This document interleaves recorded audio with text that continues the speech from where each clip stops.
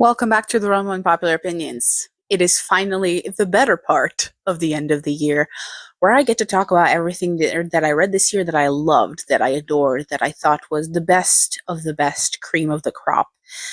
I don't think I divided these into categories like I did the last video with the worst reads of the year, because I don't like ranking favorites. There's no point to this because I loved them all for very different reasons. But if there's a book that I liked more than the others, I will very obviously tell you. So let's get into it. I think it's a lot different than last year because last year I exhausted all of my rereads. I think I reread all my favorite books, manga, and series last year. So this year, this list is almost exclusively, if not exclusively, new books. So let's get into it. The first book we are going to talk about is The Misanthrope by Jean-Baptiste Mrlja. This is a book that I did not expect to read or enjoy as much as I did. I read this as an ebook, then I purchased the physical copy, which is, as you can see, extremely thin. It's literally just this. I think there's a collection with his other plays or whatever, including this, but I just wanted an individual copy of The Misanthrope, and if you can see this, I tabbed it up quite a bit because I loved this. It's short, it's satirical, but at its core, deeply relatable to me. Deeply relatable. And as soon as I saw the title, when I was scrolling through available ebooks to get, this came up, and just by the title, I was like, I need to get it. I need to get it because I will enjoy it, and it's definitely going to be relatable to me.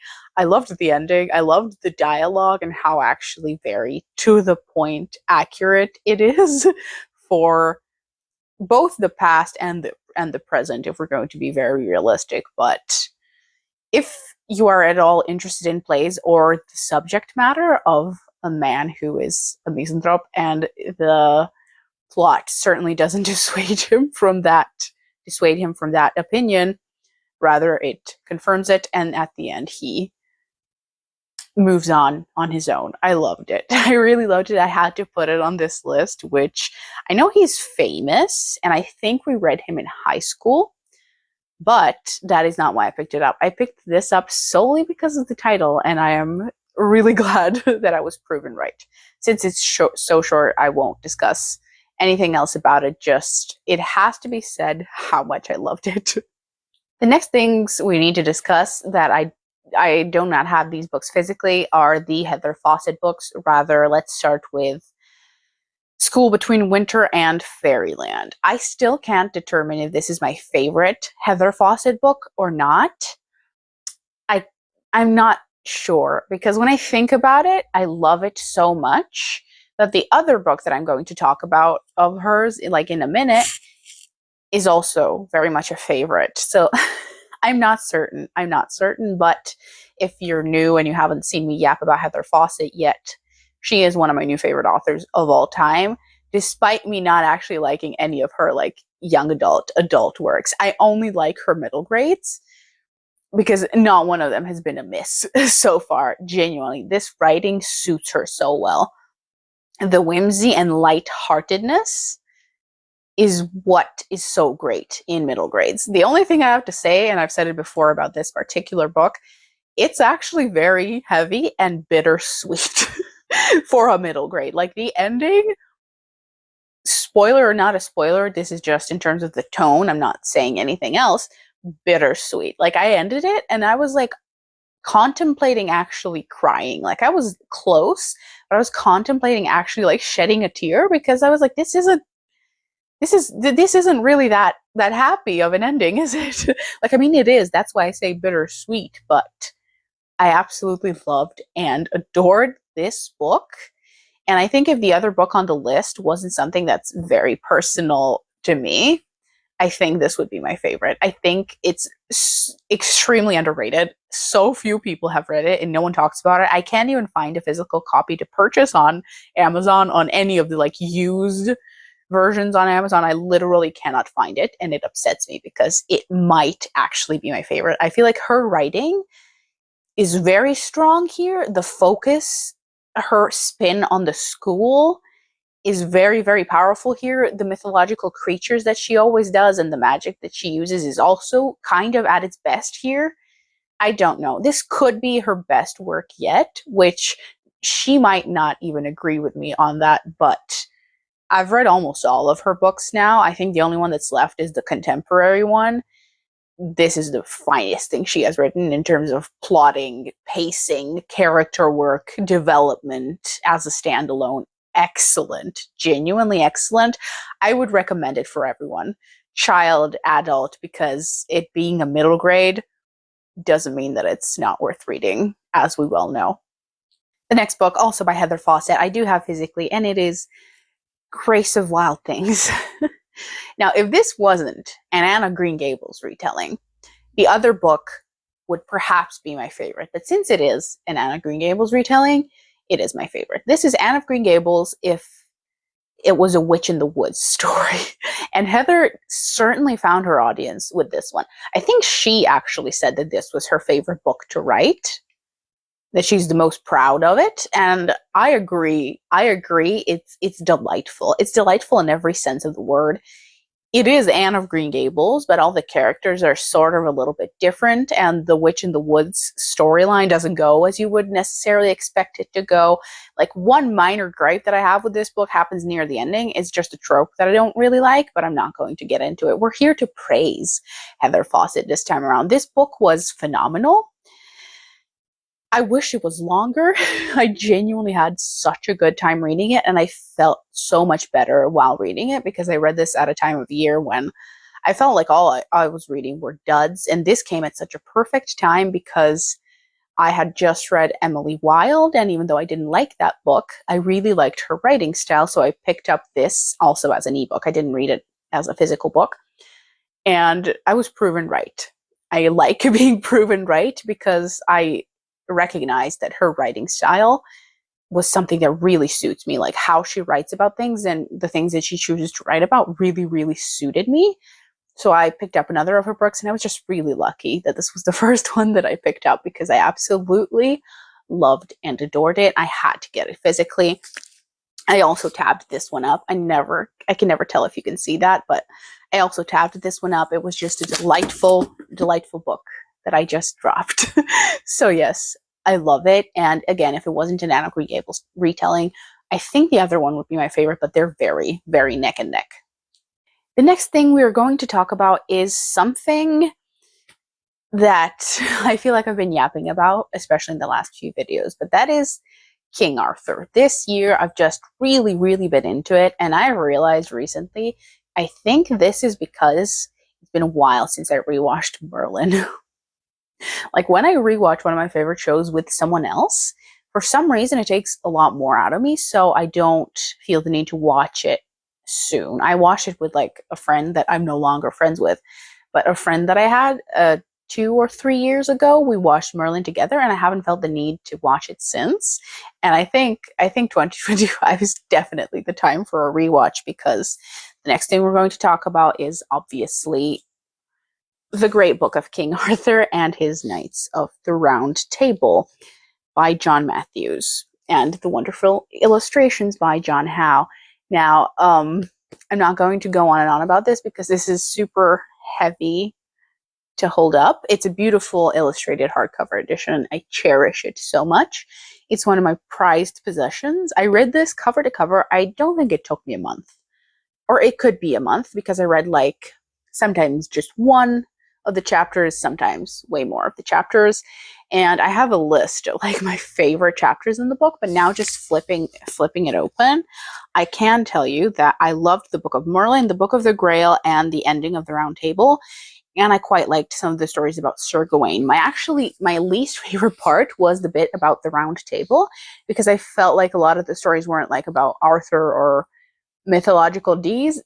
It was quite a bit about his knights just getting around and hooking up with many women, which I did not find that part that enjoyable to read, I will say. But as soon as it gets to the mythological aspects and the genuine nobility and chivalry of the knights, I loved it. I loved how John Matthews retold it. I loved his voice, the voice of the narrator. It was delightful, because I find personally, I found the original by Thomas Mallory very difficult to read. It's Old English. It's just not pleasant to read. This was excellent, very digestible. I loved it. And I wish he does a part two. The illustrations by John Howe, who illustrated Lord of the Rings, I think books and concept art for the films and whatnot. Beautiful. It adds so much to the story. So this is definitely my most prized possession. And on a similar note, while we're still talking about Tolkien, I also picked up this, which is The Fall of Arthur by J.R.R. Tolkien. Loved this as well. The thing is, though, because Christopher Tolkien needed to make that cash, he literally made bank on anything his father wrote down, even on a napkin. So I actually marked it. This green part, if you can see it, this very, very small green part here, that's actually all there is from Tolkien's writing. This entire book, the rest is just notes on the text, how it relates to the Silmarillion, appendices, God knows what else. All I read was the poem. I did not care about the extra stuff. Granted, I could have just bought an ebook of this, but I just really liked it. Like the design, the green, the green statue, what is it called? Relief? I think relief. Loved it. It's beautiful. I love the poem too. It's just a shame it was unfinished because I think Tolkien is a delightful poet and he loved Old English and he obviously loved the myth of King Arthur. Like if you read any myth of King Arthur, a lot of fantasy, classic fantasy, is going to come to mind, and you're going to see exactly how they pulled from the myth of King Arthur. Tolkien, especially, there's quite a bit that he pulled from the myth of King Arthur, so him writing an epic poem about him, it just made sense. I just wish he got to finish it, because it was delightful, and I feel like it leaves off at the greatest part, but I loved the poem. I really loved the poem. I, in general, love Tolkien's poetry, so this was great. I just wish he got to finish it. The next book I'm going to talk about, that if you ever check on my Goodreads, whether I gave all these books 5 stars, not necessarily, because the next book is Shirley by Charlotte Bronte. I'd like to pull up the cover so you can actually see it, but Shirley by Charlotte Bronte. I have an entire vlog where I read this. I don't think I vlogged the entire time that I read this, just like the last section, which, to be very fair, is the best section, and I'm very glad that I got it on video. I also wish that I had annotated this because this book is long. Okay, now looking at it, it's super thick. I thought it was shorter than this. I think this is her longest book. Like just looking at Villette and Jane Eyre, I think this is her longest book. But Shirley, where do I even begin with this book? If you want to see my in-depth time of thoughts, look at that vlog. It's literally titled Charlotte Bronte, The Woman That You Are, because I adore her. I adore her. I think she's top 5 authors that I've ever read, genuinely, because and I've said that in this video, even when I hate something she's doing with the plot, I am never having a bad time reading her. I love her writing style. I love her yapper quality, and I just love everything she has to say. I just don't like story thread choices that she makes sometimes, especially with this. There was a story thread that I didn't like. If you care about that, go watch that video. But even though this wasn't a 5 star, I still remember reading this. Like, given how thick it is, I genuinely thought I'd have a more difficult time reading it, but I just pick it up, start with like a chapter or two, and the pages would fly by. Hundreds of pages would fly by. And I have that experience surprisingly rarely. Like in recent times, surprisingly rarely does that happen to me with books. I feel like books have not become chores for me to read, but I do have to genuinely sit myself down and read a few chapters to get into it. When the time flies by, I will remember the book. It happened with King Arthur. It happened with Shirley. And that makes them very, very notable distinctions of this year, because it doesn't happen as much as it used to. The next book is one that I almost forgot about, but I was flipping through my bullet journal to see if I missed any books. It is Rogue Planet by Greg Bear, which is such an interesting name for an author, but it's a Star Wars book. I won't drone on about this because since Star Wars is my favorite thing in the world, when I'm into it, but when I'm not, I tend to not want to think about it, which I don't care if that makes sense or not. That's just how it is. Like, so when I'm out of my Star Wars mood, I don't really like to think or talk about it that much. But I read this while I was watching my yearly dose of Clone Wars, so adored the story. I read a lot of Star Wars books, and often I just read them for the characters, and I don't really care for the main plot of the book. This plot actually stood out to me as worthy of being paid attention to. There's an interesting concept about this planet and about certain creatures and about the sentience of certain things about that planet, and I really, really liked it. Caught myself actually caring about more than just Anakin and Obi-Wan, because this book, I picked it up because I wanted to read books about Anakin being a Padawan, because I feel like that's an era that's not explored nearly enough. So I looked up all the books where he's young, where you get to see him as a Padawan. Loved it. It was so worth the read, but, which is a very rare occurrence for me with the Star Wars novels, the entire book is actually worth the read, not just to see the dynamic of master and apprentice that I picked this up for. So excellent. If you care about the two of them as characters, read it. But in general, if you're at all into Star Wars, it's worth the read because it's very interesting with some of the discussions that it sort of has. The next thing I definitely want to highlight, it is the Penguin Classics collection of like Scottish folk and fairy tales. This collection, basically the Penguin collection. It was delightful.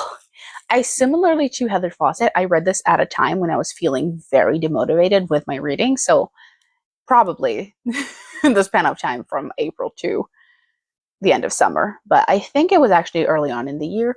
So I loved it. It was genuinely delightful. It's very rare for me with these kinds of collections that are just, like mythical tales and poems and whatnot, to actually enjoy all of them. I feel like that never happens. So whoever made this collection, kudos to you. It was fantastic. I enjoyed every single thing in here. Now, obviously, since a lot of these are written in Old Scots, I think that's what it's called, you have to, if you're not a native speaker, you have to read it out loud to be able to understand what the hell they're talking about. But I loved that aspect of it too. I really, really am interested in here, in this mythology. I want to live here. It feels familiar to me. And I loved it. I genuinely loved this entire collection. It was fantastic. So if you're interested in this area of history or this area of the world, highly recommend this. I also saw a Scottish booktuber, whose name I forget because I don't watch her often, say that this is actually a very good curated collection. So I would trust her over myself. So if she says so, then I believe her, but I loved it. Either way, I loved this entire thing. On a similar vein to the last one, we have this book, which is Children's Stories from Old British and Irish Legends. Who the author is, I don't know, because I think it says so on the inside. Now, this is a collection that I found randomly in a random, it's not even a bookstore, it's an outlet, or what would you call it in English? I don't know. Kiosk, I suppose, that had Norse myths, Japanese legends, Indian legends. I picked this one up first, primarily because of one Irish legend that I spoke about this in another video. I really, really wanted to read, and it was impossible to find in any like Irish collections. I have several Irish story collections because I think my parents collected those because they really wanted to go to Ireland when they were young, or they collect a lot of Irish legends.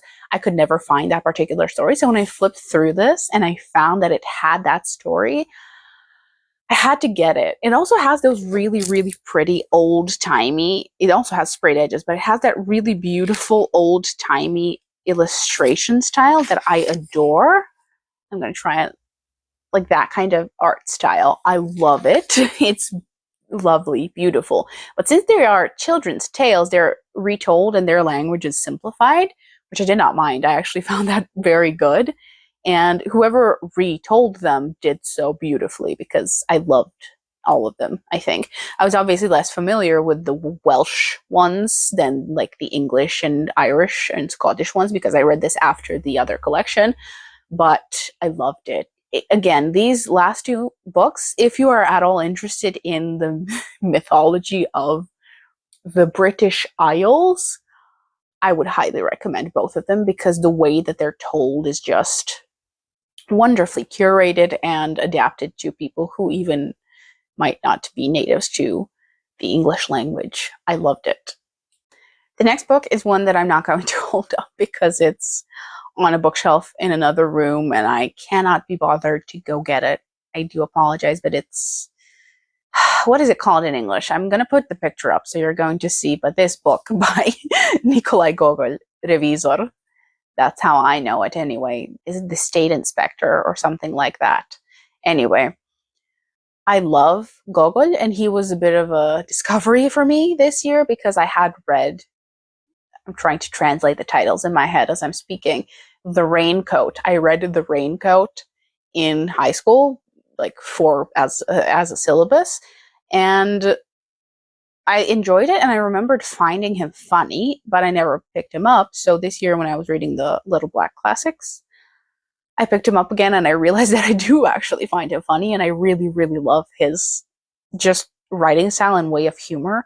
I loved this. This was so delightful. I also read one of the short stories and his, like, what is it called? Reaction to people seeing this play.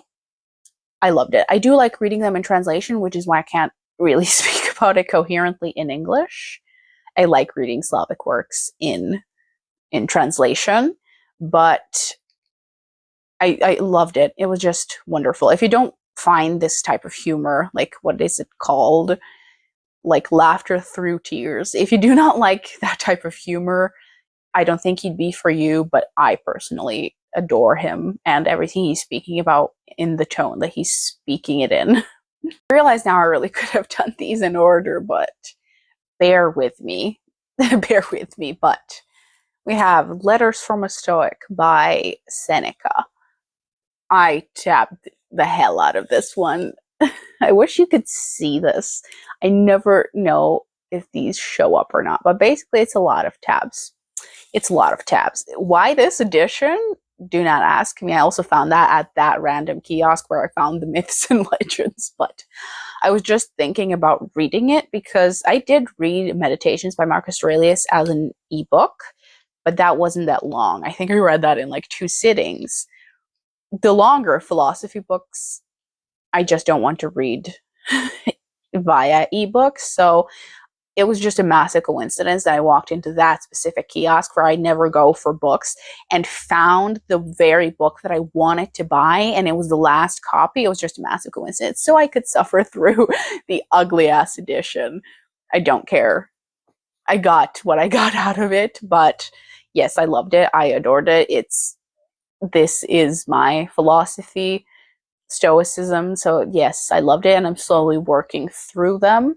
I'm currently reading Epictetus. I can't say this in English. Epictetus. I can't say it in English. But that philosopher, who I think was before Seneca, why did I say it like that? It was before Seneca. For some reason, I'm working my way backwards, not forwards. I started with Marcus Aurelius, and now I'm going back into the past. But I loved it. It was delightful. I think I read it over a span of like 2 months. I'd pick it up, read a little bit, and then put it down. It was great. As you can see, I think I annotated something in every single of his letters, so it was excellent. I don't have anything to say about philosophy books because this isn't a fiction story, so there's nothing really I can say about it. I'm losing my voice a little from talking this much, but I have saved not necessarily the best for last, but it's the most fresh in my head, and that is Titus Groan, or the first book in the Gormenghast trilogy. I can't pick this up because I have the entire trilogy and I really wanted to distinguish which books I actually read. I finished Titus Groan in October, then I took a bit of a break with it. I needed to read several other books, and I am currently reading Gormenghast, which is book 2 in the trilogy, and I will finish it before the end of the year, but I just didn't want to make the video in January, so I'm sort of making it before having finished the second book. But as it stands, I like Gormenghast less than Titus Groan, but I still think it's a 5-star. So unless something very drastic happens in the last 100 pages of the second book, let's assume I'm talking about both of them. Titus Groan was a massive surprise for me because, for reference, this is one of those books sort of like Dune and like many of the older books where the writing style is lauded as boring, as difficult to get through. And while sometimes I agree with many, many books, I agree, very occasionally I do not, because this is my type of boring, okay? In that I don't think it's boring at all. He has a very, and that's just objective, a very wordy writing style. Like, I don't know if he was a linguist or not, but he sounds like he's just having so much fun with the English language, pulling so many words out of God knows where, that the writing style feels like lush, heavy, descriptive, just opulent. Is that the word? I am not a scholar of the English language, so I can't come up with the words that he can, but it is that type of writing style, very wordy, very heavy on the description. He is going to describe everything in extreme detail. If that is not your thing, do not read it, but you could be surprised, because I also don't love overly descriptive works, and as soon as I heard that this was one of those, I was immediately gearing myself up for not liking it. However, I dropped the remote. However, since I didn't know anything about the plot, what genre it is, which I still don't know what genre this is. If there's anything fantastical or not, I don't know, because technically yes, but also technically no. Do not ask me about the genre or the plot. We're talking about the vibes right now. And that is something that surprised me. It took me a while to get into it. And I was forcing myself to at first, because this is just something you need to get used to, because you can't get used to it without reading it. I don't know how else to explain it. I would force myself to like sit down, read a few chapters and move on. And at some point, I think around page 120, 150, it was no longer a chore. I didn't have to force myself to read it. I wanted to read it, and I actually couldn't wait to read it, and I read in very large chunks. I began to love it, and I still love it. Titus Groan, as a book, fantastic. It takes a lot of getting used to. Maybe you will like it immediately. I didn't, but it was worth pushing through because I ended up loving it, and in a very strange way, because I'm also tabbing this one up and, I mean, annotating it. I'm using clear sticky notes. I'm never going to write in my books.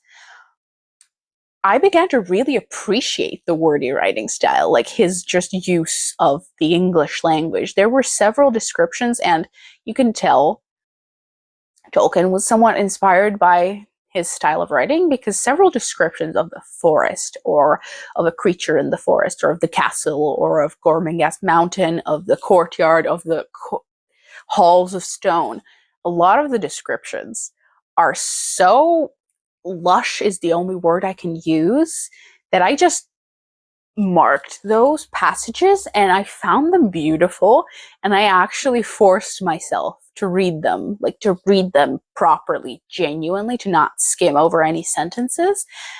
And I really, really, really found myself enjoying it, which was quite a surprise for me. But there's just something about how wordy he is that suits me personally. So, sort of like Dune, where I absolutely understand if you do not want to listen to his tangents, I adored it. It was for me. It really, really was for me. And every time I find a long paragraph, I sit down and get ready to enjoy it, because it's just a delight. Now, as for Gormenghast itself, I'm just going to briefly speak about it because it's also excellent. But the thing is that you get so used to the cast of characters that when he expands it, it takes you a while to get used to it. There were several chapters in book 2 with new characters who I did not care for. I did not care for them. I did not know their names. I didn't care what they were doing.